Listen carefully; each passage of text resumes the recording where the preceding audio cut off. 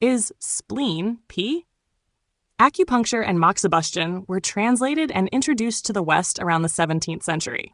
In 1683, De Acupunctura marked the first comprehensive European account of Chinese and Japanese medicine. The term acupuncture, meaning to prick with a needle, was introduced to Europe by Willem Rijn, a Dutch physician. Amidst a period of national isolation, Japan's European interactions were largely restricted to the Dutch. Nevertheless, Herman Buschhoff in 1676 penned an English rendition of a book on moxibustion. He introduced the term moxa in his work, a term which, rooted in the Japanese word mogusa, has since found its place in many European languages. Imagine a scenario where two foreigners meet for the first time and embark on learning each other's languages. While translating the word apple from English to Japanese might be straightforward, translating the word love from English to Japanese poses challenges. This highlights the disparity in translating abstract versus concrete terms. Abstract terms, rooted in personal feelings, experiences, or ideas, can be interpreted differently across cultures, making them challenging to translate with accuracy.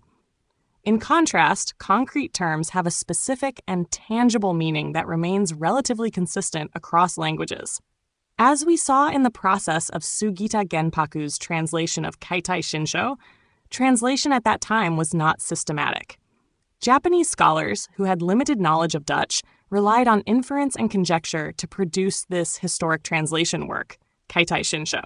Despite going through such an unreliable translation process, unfortunately, the results of these translations have continued to be widely used across East Asia to this day. Envision a scene set in 15th, 16th century Japan, where a Dutchman named Johannes and a traditional Japanese doctor named Yoshida delve into a conversation about their respective medical practices, communicating about acupuncture, moxibustion, and some medicines, like referring to cinnamon as guiji, was relatively straightforward. The invisible organs in AHM. But what about the invisible organs in AHM? During this period, the West maintained a detailed and precise understanding of the locations of the organs. In contrast, the East's understanding was not anchored in anatomical knowledge. Some acupuncturists might dispute this by saying, the 5 organs in AHM are not anatomical structures, but functional entities. This statement is both true and false. The 5 organs in AHM have both structural and functional aspects. Johannes and Yoshida could easily translate heart, lung, kidney, and liver based on their structural and functional characteristics. For instance, the heart, structurally located on the left side of the chest, functionally serves to pump blood through the vessels. The kidneys, structurally positioned as paired organs in the back, functionally regulate urine production. But what about the pie? Johannes and Yoshida debated for a long time but couldn't reach a consensus. Consider the Western understanding of abdominal organs in anatomical perspective. Based on this diagram, what do you think the pie is? Here's a picture of the pie from the Choson Dynasty and Ming Dynasty. In this representation, the pie is centrally located right beneath the stomach. Now, based on another diagram, what's your take on the pie?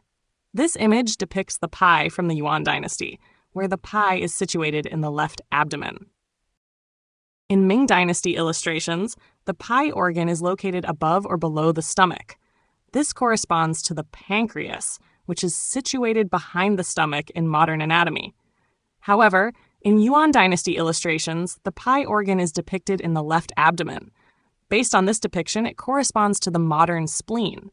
The reason the pie organ came to be identified as the spleen is simply that the translator at the time happened to have the Yuan Dynasty illustration in hand. The existence of pancreas is known relatively later in Eastern Asia. The spleen has been referenced in medical history since ancient times, with one of the earliest mentions found in the works of Hippocrates, the father of medicine. In the Hippocratic corpus, the spleen is often associated with the production and storage of blood. One of the earliest known mentions of the pancreas comes from the Greek anatomist and physician Herophilus, who is credited with discovering the organ. However, it was the Greek anatomist and surgeon Rufus of Ephesus who named it pancreas, from the Greek words pan, meaning all, and krias, meaning flesh. Despite these early references, the understanding of the pancreas and its functions remained limited for many centuries. It was not until the Renaissance period that significant advancements were made. In 1642, the German anatomist Johann Georg Wirsing discovered the main pancreatic duct, which is now known as the duct of Wirsing. Further understanding of the pancreas function, particularly its role in digestion and insulin production, developed over time. Langerhans islets in the pancreas were first discovered in 1869 by Paul Langerhans, a German medical student. The connection between the pancreas and diabetes was notably made in the late 19th and early 20th centuries, leading to the discovery of insulin by Frederick Banting and Charles Best in 1921. The pancreas's existence was acknowledged relatively later in East Asia. While the pancreas, from an anatomical viewpoint, was first recognized in Asia in the 19th century, Utagawa Kenjin's Yifang Tigang from 1805 was the pioneering reference to the organ. Considering the two images above, in AHM, the pie organ could refer to either the pancreas located right behind the stomach or the spleen in the upper left abdominal cavity. It seems that the Dutch physician Johannes and the Japanese traditional doctor Yoshida may have referred to anatomical drawings from the Yuan dynasty. The initial translation of pie was coincidentally determined to be the spleen in Western medicine. This misinterpretation subsequently became widespread in both Korea and Japan, where it persists today. However, based on its function, the AHM-P organ responsible for digestion is actually closer to the pancreas located in the middle abdomen. It's almost like a stupid comedy to see that a chance translation from hundreds of years ago is still being used as truth today, with pie, organ being translated as spleen, and even follow-up studies being conducted on this basis. In light of this knowledge, I pose a question to you all. If someone has issues with their spleen, would you turn to AHM treatments designed for the pie organ?